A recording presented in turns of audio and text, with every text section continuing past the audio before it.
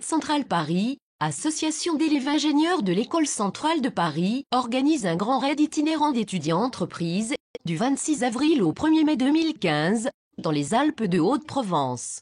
Le territoire de la communauté de communes du Moyen Verdon est traversé sur l'itinéraire partant de Digne-les-Bains à Moustier-Sainte-Marie. Nous nous retrouvons à Moriez le 29 avril pour la halte restauration sur la place du village, puis le parcours près du camping avec le saut des obstacles sur le parcours de santé, et avec un stand d'adresse, le stand de tir à l'arc. Une journée sans nul doute avec quelques souffrances physiques, mais aussi du bonheur partagé.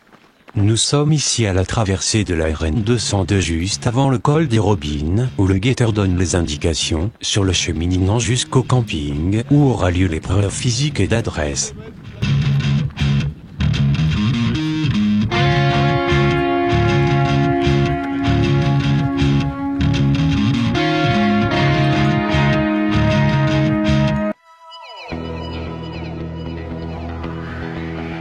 Bonjour, donc je me présente Rémi Schneider. Je suis étudiant à l'école centrale Supélec, campus de Châtenay-Malabry, anciennement appelée l'école centrale Paris. Je fais partie de l'association du Raid Central Paris, qui organise pendant 5 jours un raid itinérant étudiant-entreprise. Donc cette année c'est la 17e édition, l'édition provençale. Nous avons visité par exemple hier les Terres Noires. Donc pour mes impressions sur le raid, que c'est un concept assez merveilleux du point de vue relation entre étudiants et entreprises, car en effet il y a donc des étudiants et des ingénieurs d'entreprise qui courent ce raid, et en fait c'est une sorte, donc ça peut être une sorte de forum dans un cadre informel. Donc tout le long de la semaine il y a des échanges entre les ingénieurs et les étudiants. Et l'esprit raid aussi est également présent et est particulièrement important, et cela me touche beaucoup. Donc on voit que les coureurs ont toujours le sourire, quelle que soit la météo, et donc l'esprit est vraiment là, l'esprit sportif, l'esprit de raid, et ça fait vraiment plaisir de pouvoir organiser une course comme celle-là. Et donc actuellement je suis signaleur, c'est-à-dire que je signale la position et la route aux concurrents qui vont bientôt arriver.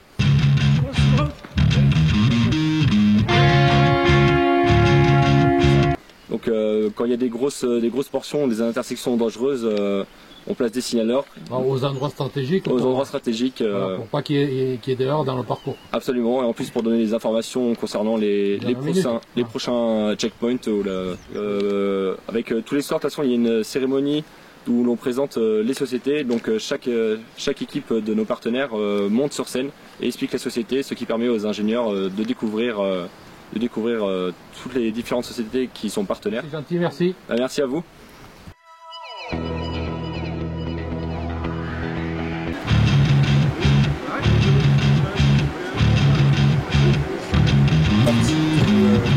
On est parti de Vologne dimanche dernier pour accueillir nos 200 concurrents qui traversent le département. Donc Vologne, Digne, une boucle autour de Digne pour faire les Terres Noires et la Via Ferrata le mardi, et aujourd'hui, mercredi, ils descendent vers Saint-André. Donc là on est dans le camp de la N3 que Thibaut a organisé, puisque Thibaut est un première année qui est en charge du camp, qui est juste à côté de moi. Dis bonjour. Bonjour. Voilà. Santé. Donc il est responsable de la N3. Et donc il a eu pour charge d'installer ce camp, dans ce camping, un camp de 350 personnes, puisque autour des 200 concurrents, il y a 100 staffeurs, 15 caméramans et photographes, 12 membres de la fanfare de notre école, parce que les caméramans et les photographes sont également des collègues de notre école, et des kinés, des ostéos, environ une dizaine, et des médecins, également une dizaine. Des médecins professionnels, secouristes en fait, qui suivent la course, plus pendant la journée, au cas où il y a des petits problèmes. Vraiment des problèmes sur place. Besoin d'aller sur place. Et donc ça c'est un petit peu comment se déroule la course. La particularité du raid, donc, c'est qu'il est organisé par des étudiants. Donc c'est des étudiants qui du coup passent 1 an ou 2 dans l'organisation, contrairement au raid professionnel où les gens sont des habitués, et donc nous finalement on hérite de ce qui a été fait avant. C'est un roulement quoi. Voilà, il y a une grosse organisation en fait pour que l'information et les bonnes pratiques se passent d'année en année. Donc ça c'est au sein de notre école. Et la deuxième particularité qui est assez importante, c'est que c'est un raid étudiant-entreprise. Un tiers des concurrents sont des cadres d'entreprise, donc pas des étudiants. Ils ont entre 25 et 50 ans, les concurrents entreprises, et ils viennent pour représenter leur entreprise parmi les étudiants qui font le raid. Donc là, ce que vous voyez là, c'est les affaires des concurrents à gauche que nous avons ramenées de Digne ce matin. Donc les concurrents, on leur porte leurs affaires et quand ils arrivent le soir, elles sont déjà installées. Voilà. En fait, ça représente la nourriture sèche de la moitié du raid pour les concurrents. Une jolie staffeuse que nous connaissons bien. Donc voilà, ça on vient de la recommander au milieu du raid, puisque on fait une commande avant, une commande après. La nourriture sèche, c'est pour les checkpoints, puisqu'il y a des checkpoints le long de la course, et pour après la course, tout ça. Comme au Mort, il y a ça. Voilà, c'est ça. Et donc là, il regroupe, en fait, après on a fait une grosse commande groupée, et il regroupe la nourriture par des packs en fait. Ils mettent en pack les différentes parties de la nourriture. Comme ça, on l'enverra dans les prochains camps où on ira pour que ce soit pratique. Quand on arrive sur place, la nourriture sèche, en fait, y est déjà. Ça, c'est notre manière de faire la logistique un petit peu. C'est de comprendre que c'est un raid organisé par les étudiants de l'école centrale, qui est couru par des étudiants de toute la France, de toutes les écoles, et par des entreprises. Les entreprises représentent un tiers des équipes, un tiers des concurrents, et viennent défendre leurs couleurs, viennent se fédérer en interne, parce que ça permet que dans l'entreprise, il y ait de l'animation, puisque tout le monde se fédère un petit peu autour de cette épreuve sportive, et ça permet surtout au service de ressources humaines de communiquer sur leur entreprise, faire comprendre les éléments importants de leur marque employeur, faire comprendre les valeurs qui animent leurs employés, tout ça. Et c'est des entreprises qui souhaitent rencontrer des étudiants, toucher les étudiants de nos écoles qui courent le raid, qui sont principalement les écoles d'ingénieurs et les écoles de commerce de toute la France. Et donc nous travaillons toute l'année avec les services de ressources humaines pour que la course et la manière de faire venir les équipes entreprises correspondent à leurs attentes. Donc en fait, il y a un petit peu de communication, des événements faits pour que les étudiants et les entreprises se rencontrent sur le raid. Par exemple, il y a 6 jours de vie commune, donc déjà la rencontre se fait forcément, dans les douches, à table, sur la course, forcément. Mais on essaie de rajouter quand même un petit peu, on fait des équipes mixées, le premier jour par exemple, on mélange les équipes des gens qui se connaissent pas, on fait des dîners placés pour que les étudiants puissent se placer à côté de l'entreprise. Pour favoriser les contacts. Voilà, pour favoriser les contacts, puisque bien sûr chaque étudiant a quand même des goûts, mais on a parfois du mal à aller poser des questions. Et surtout dans le cadre de nos études, on a très rarement l'occasion de rencontrer dans un cadre informel des entreprises. Cadre entreprise. Voilà. Et le cadre entreprise, dans la vie étudiante, c'est souvent les forums. Les forums sont très formels où on va simplement déposer un CV et se vendre pour obtenir un stage. Mais souvent, lors des forums, la rencontre entre besoin de l'entreprise et besoin ou rêve de l'étudiant ne se fait pas. Oui. Très souvent. Le contact est un peu différent. Voilà, c'est un petit peu trop formel, ce qui fait que l'entreprise propose un stage, le concurrent lui a son rêve, et les deux, le concurrent, l'étudiant, justement, j'ai un lapsus, les concurrents c'est ici. Et ça ne se rencontre pas. Ça c'est la vie dans tous les jours qu'on vit tous dans nos écoles, jusqu'à trouver un travail. Alors que ici, c'est plutôt l'occasion de se faire des contacts, rencontrer des gens qui ont eu des carrières des vies et des carrières que du coup on ne soupçonne pas, qu'on ne connaît pas. Oui, et les barrières, quoi. Voilà, on a une discussion plus sincère de toi comment t'as fait pour en arriver là, et puis on comprend un petit peu mieux. C'est l'occasion de si la rencontre se fait vraiment bien, que finalement une entreprise décide d'adapter un stage au désir vraiment d'un étudiant, ou qu'un étudiant en apprenne tellement d'un concurrent entreprise que finalement ils comprennent davantage un petit peu la réalité de l'entreprise et que son désir s'adapte aux besoins réels de l'entreprise. Et c'est souvent un peu des deux. L'étudiant qui évolue vers le besoin de l'entreprise et l'entreprise qui évolue vers son rêve. Et voilà. Du bon sens, ça fait que ça rapproche les gens. Et il y a des très beaux stages qui sortent de ce rêve. Le résultat est logiquement positif, quoi. Après. Voilà, c'est ça. Et même des fois quand c'est simplement des rencontres qui ouvrent l'esprit, c'est pas toujours bien sûr, on ressort pas tous du raid avec un stage ou un travail, c'est absolument pas. Oui, non, mais ça, voilà. Ça crée des contacts et ça fait changer peut-être peut-être la... C'est ça, ça ouvre un petit peu l'esprit, on rencontre des gens, on connaît des entreprises qu'on ne connaissait pas avant. Certaines sont très connues comme Total, BNP, EDF, et d'autres le sont beaucoup moins, c'est des petites entreprises, Sysnav, ou même des grosses entreprises qu'on ne connaît pas. Les entreprises B2B, c'est des grosses entreprises qu'on ne connaît pas quand on est étudiant. C'est des entreprises qui font du commerce entre entreprises, donc qui ne touchent jamais le public. Et comme Plastic Omnium ou Le Grand, qui sont des partenaires du RAID cette année, et que les étudiants découvrent en fait, soit les staffeurs le découvrent avant le RAID puisqu'on en parle entre organisateurs, et les concurrents étudiants eux le découvrent sur la course, le découvrent pendant l'événement. Et c'est une rencontre un petit peu atypique dans un cadre sportif. Pour l'instant, le beau temps a été au rendez-vous 2 jours sur 3. Oui, parce qu'il y en a, oui. Le lundi, la météo a été assez difficile. Oui, le jeune m'avait dit qu'il y en avait une épreuve qui avait été annulée parce qu'elle était trop... C'est ça. Alors ça a été le premier jour en fait, ils ont fait du VTT, ils ont complètement détruit les VTT puisque la boue était vraiment de la glaise. Et ça, on avait très rarement fait du VTT à ce point-là dans des conditions aussi difficiles. On a cassé 50 dérailleurs, vous savez, la partie un petit peu fragile du vélo. Et du coup hier on a adapté l'itinéraire parce qu'on savait que 6 km s'était transformé en glaise.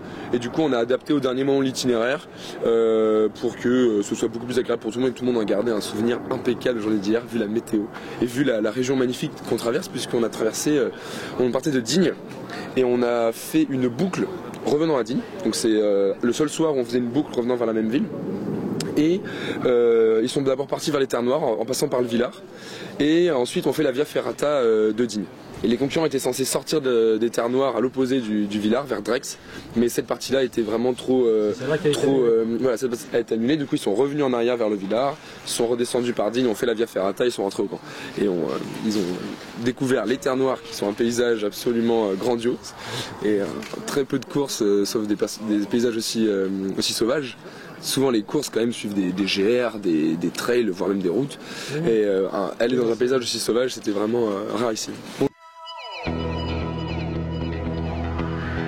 Plusieurs repérages dans des régions, surtout pour savoir, parce qu'il y a beaucoup de régions magnifiques, mais surtout pour savoir est-ce qu'on va réussir à trouver les choses dont on a besoin. Les choses dont on a besoin, c'est un camp par soir, suffisant pour accueillir les gens. Et puisqu'on change de camp tous les soirs, donc ça rajoute une difficulté, il faut qu'à la fin de l'itinéraire il y a un camp. Et il faut que près de ce camp on arrive à trouver une salle au sec pour faire dîner les concurrents le soir et faire la cérémonie qui donne des informations, parle et permet aux 350 participants de vivre ensemble, passer un bon moment ensemble. Et donc ces deux choses, déjà le camp et la salle au sec, quand on veut faire un itinéraire, sont parfois assez difficiles à trouver. Par exemple à Barème, on voulait faire un camp mais c'était impossible de trouver la salle au sec.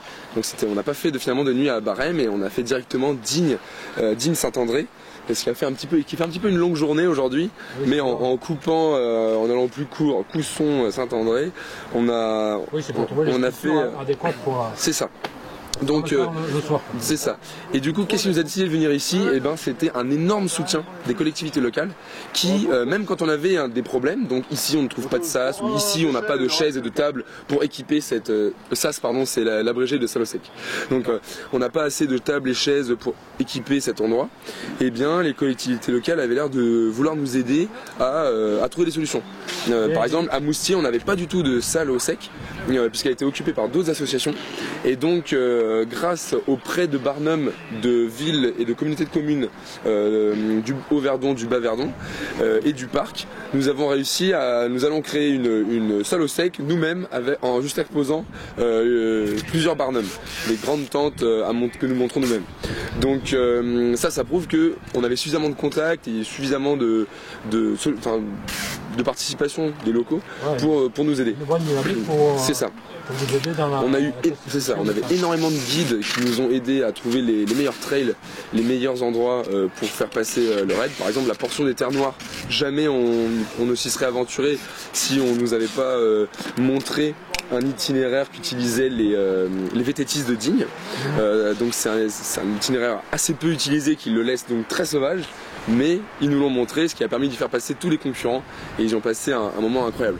De la même manière, Digne nous a apporté un très gros soutien, ils nous ont prêté tout le complexe sportif du stade Jean Roland. Ce qui a fait que les concurrents le soir se détendaient dans les gradins du stade, campaient dans les pelouses derrière le stade et le soir dînaient au gymnase à côté du stade Jean Roland. Et donc on avait passé 2 jours, puisque c'était un assez bon confort, et on avait passé 2 jours excellents. Donc on a eu vraiment un très gros soutien de leur part pour organiser l'itinéraire, pour organiser les bivouacs et pour faire que cette édition soit incroyable. Donc on a surnommé cette édition Provence-Alpes. Puisque chaque année c'est une nouvelle édition. Il y aura des inédits, on réinvente un nouvel itinéraire, on ne prend pas l'itinéraire d'une autre course, on essaie parce que très peu de courses correspondent à ce qu'on fait. On fait 50 km par jour environ, avec 15-20 km de course à pied, trail, et le reste de VTT. VTT ou run and bike. Run and bike, c'est quand on donne seulement la moitié des vélos pour le nombre de concurrents, pour que ce soit un petit peu plus dur. Donc très peu d'épreuves font ce genre de distance. Enfin ce genre de type de course, et du coup nous il faut beaucoup repérer en avance. Par exemple, on ne peut pas simplement partir dans la montagne vers la ville suivante, il faut qu'il y ait des accès pour que par exemple notre soutien sécurité puisse avoir des accès sur la course, pour que notre prestataire qui donne les vélos, c'est Cyclotrot, qui nous amène les vélos aux différents points, puisse les amener. Comme ça, on peut faire partir les concurrents à pied, 7 km plus loin, on leur donne leur vélo, alors qu'ils ne les avaient pas emmenés. Ils font 20 km à VTT, tout ça ponctué de checkpoints, c'est les ravitaillements. Les ravitaillements équipés de ça, et à la fin on leur reprend leur vélo, ils terminent à pied, et les vélos on les reprend pour leur donner le lendemain. Donc ça demande des accès, ce qui fait qu'on peut pas, il faut beaucoup repérer, il faut beaucoup étudier la région et pour trouver exactement la portion qui va bien. Voilà, parce qu'on peut pas faire 30 km à pied entre 2 checkpoints, on peut pas faire. Il faut vraiment que ce soit bien adapté.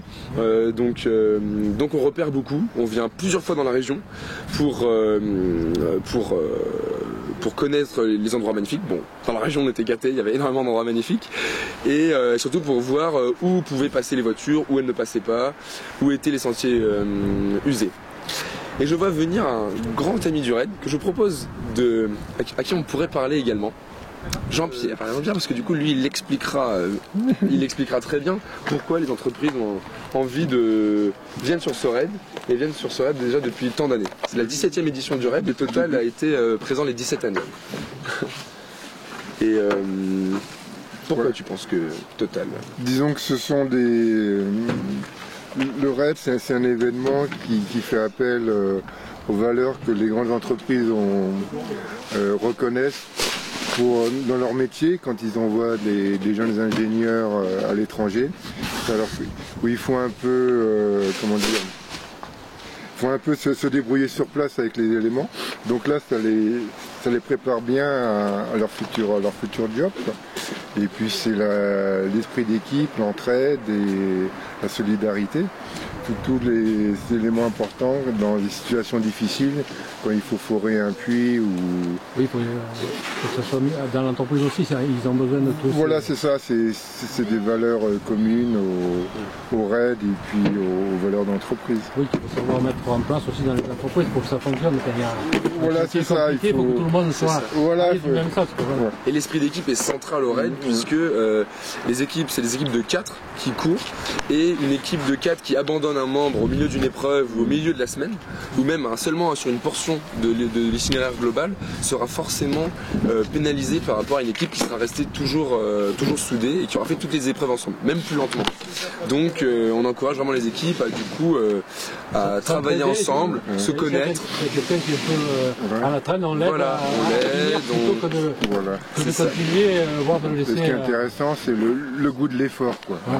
C'est pas le résultat pour le résultat, mais c'est l'équipe qui doit gagner, le goût de l'effort, du travail en commun, et on se donne un but et on y arrive avec tous les moyens qu'on dispose, quoi.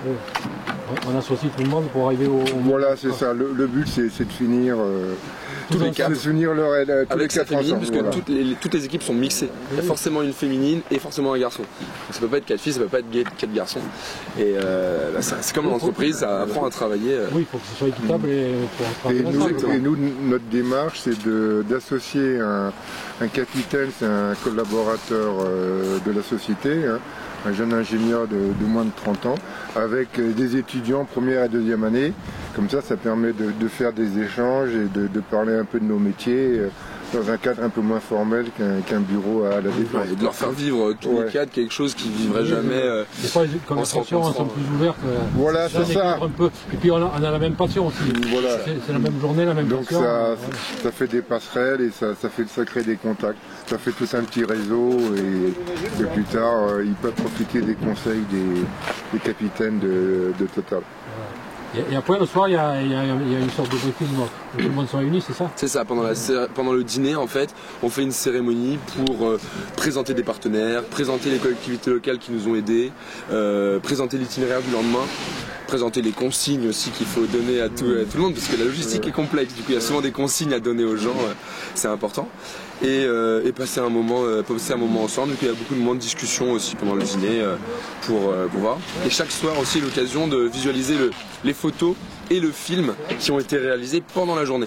Donc pendant la journée, chaque jour, il y a un voilà, film qui est créé. pendant chaque jour, il y a des collègues à vous avec leur caméra qui filment tout l'itinéraire. C'est des étudiants de notre école. Et en précipitation le soir, pendant que les concurrents prennent leur douche, eux montent un film de très grande qualité. Je crois qu'on peut le dire. Il est très Et nous le présentent à la fin de la cérémonie. Très drôle, montrant vraiment tous les exploits de la journée. Et ce film fait vraiment plaisir à tout le monde. Et les photos et le film. Les deux associations qui font ça sont Central Num et NX Télévision, qui permettent d'avoir ces images. Et en plus, il y a une présentation d'entreprise tous les soirs.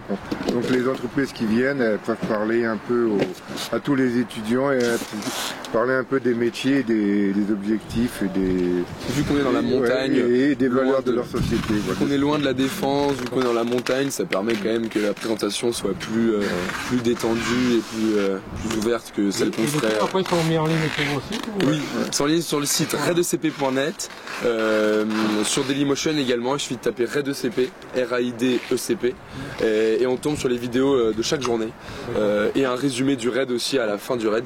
Mais les vidéos des journées montrent bien chaque endroit qu'on traverse. Oui. C'est on recherche des hauts potentiels quand on vient sur le raid, on ne cherche pas des gars qui sont capables de réfléchir et puis d'être dans l'action, quoi. On recherche vraiment des gars qui peuvent aller loin dans l'entreprise. Peuvent se dépasser. Voilà, c'est ça. Et dans l'autre sens, ce qui est marrant, c'est que l'étudiant cherche une entreprise qui soit suffisamment motivante pour que des cadres de chez eux viennent sur un raid, viennent se dépasser ensemble. Et du coup, c'est dans les deux sens. Les étudiants découvrent une entreprise où l'ambiance est suffisamment bonne et l'ouverture d'esprit est suffisamment grande pour qu'ils participent à un événement unique comme celui-ci.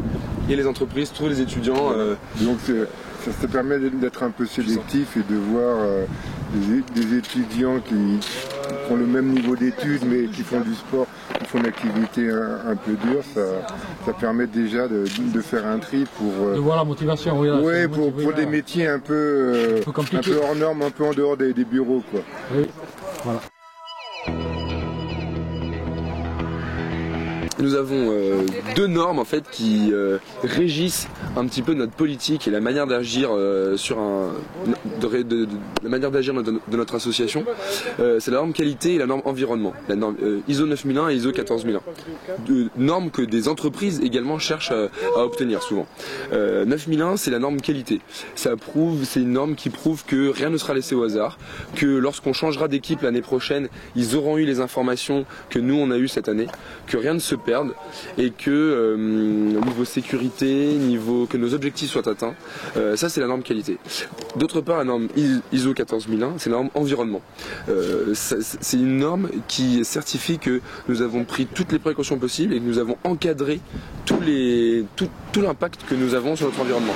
Nous traversons des régions magnifiques et nous faisons 250 km d'itinéraire et nous installons 6 camps dans une région. Donc évidemment, notre impact sur l'environnement est critique. Nous avons une flotte de 50 véhicules, quasiment 50 véhicules, ça aussi a un impact. Donc nous mesurons notre consommation de carbone, nous faisons un bilan carbone et sur les véhicules et sur les choses que nous achetons pour se rendre compte quelles sont les choses qui consomment le plus ou pas. Et ensuite, ça c'est surtout de la mesure pour avoir du suivi et ne pas faire n'importe quoi. Mais c'est assez facile, cette partie-là est assez facile. Et ensuite, par contre, nous sommes très rigoureux sur notre traversée des paysages et notre départ des camps, où nous ne laissons tout simplement rien. Parfois, nous avons à nous plier à certaines... Enfin, dès que nous traversons des régions naturelles, nous faisons très attention à ne pas traverser des zones protégées, à rester dans les sentiers. Autant de réglementations que nous imposons pour que l'impact soit négligeable sur la région. Nous ne sommes pas un raid à moto, nous sommes un raid à pied et à vélo, donc les sentiers sont peu modifiés, mais tout de même, ne rien laisser derrière, faire que tout le monde reste sur le chemin est très important. Et ensuite, dernière chose, où là l'impact est aussi important, c'est les déchets que nous produisons. Nous sommes 350 à vivre une semaine ou deux dans la région. Donc il est important pour nous de trier tous les déchets que nous produisons. Nous trions de 4 manières les déchets cette année: verre, papier, recyclable et ordures ménagères. Nous n'avons pas de déchets végétaux, on ne fait pas d'élagage sur le chemin. On ne touche pas aux arbres. S'il y a un arbre, on passe à côté. Donc voilà les 4 déchets que nous trions. Nous imposons aux concurrents de trier également ces déchets. Et ensuite nous assurons que du coup les poubelles soient pas laissées sur le camp mais amenées au bon centre de tri. On se met d'accord avec la commune dans quel centre devons-nous amener tous les déchets que nous avons produits pendant ce temps-là, car ça va très vite. On ne se rend pas compte, vu que c'est de la nourriture portable que nous amenons, il y a énormément d'emballages, énormément de plastique, de carton produits tous les jours. Voilà. Il faut faire attention à... Exactement. On aime les régions qu'on traverse, on en profite énormément et donc il est important qu'on les laisse intactes et que... C'est juste une question de bonne organisation. Tout à fait, mais ça demande de la bonne organisation. Oui, ça demande, parce que du coup il faut avoir des poubelles à chaque endroit où on va, il faut avoir des sacs poubelles, il faut avoir la logistique suffisante au moins pour pouvoir bien gérer ça et avoir le temps de s'en occuper. Oui. Voilà. C'est quand la logistique est pas très bien faite qu'on perd le contrôle sur ce qu'on fait. Oui, quand il y a tant de monde, il faut que ça soit voilà. tout bien réglé. Voilà. Et côté mise en valeur de la région, nous avons également fait appel à un traiteur local pour les dîners du soir, qui nous fait les plats de tous les dîners du soir et qui utilise des produits locaux. Et ça fait plaisir de voir le soir le traiteur chaque après-midi couper des légumes frais et utiliser du fromage produit dans la région pour les repas du soir.